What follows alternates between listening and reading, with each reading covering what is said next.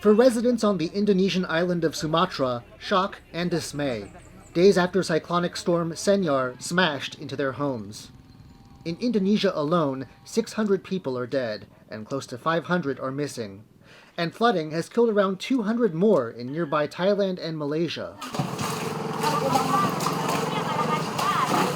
Cyclones don't normally form so close to the equator, and survivors like Rosmina are still surprised at how sudden the floodwaters came. Tiba-tiba ada orang lari dari kebun sana. Suddenly, someone ran from the garden. "Come on, run, run. The big water's coming," he said. So I immediately ran to save my child. "Get out of this house. Save my child." The water from this house was already up to their knees. Udah selutut mereka air dari rumah ini. Not everyone was able to make it out in time. Muhammad Rais explains what happened to his family and their home. Now, nothing more than a plot of sludge. How many people lived here? There were 12 people here. Did everyone survive? No, we lost 2. Who? My mother and mother-in-law.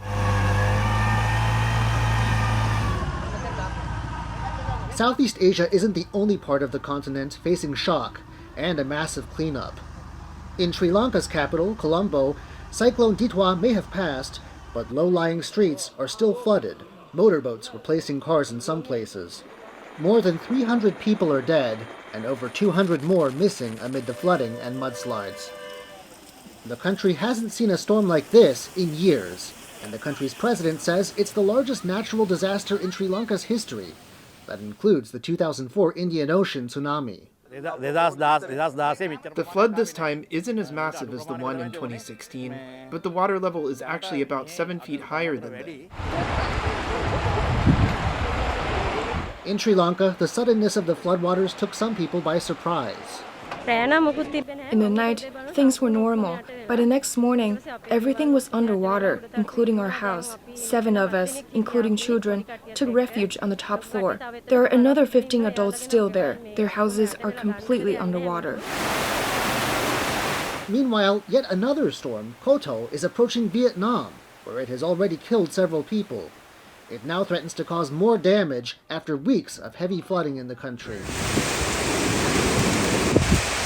And so, the devastation continues throughout Asia, with a large and growing death toll, homes and livelihoods damaged or destroyed, and a long and painful recovery still ahead. Dolphine, Chen, and John Van Trieste for TaiwanPlus.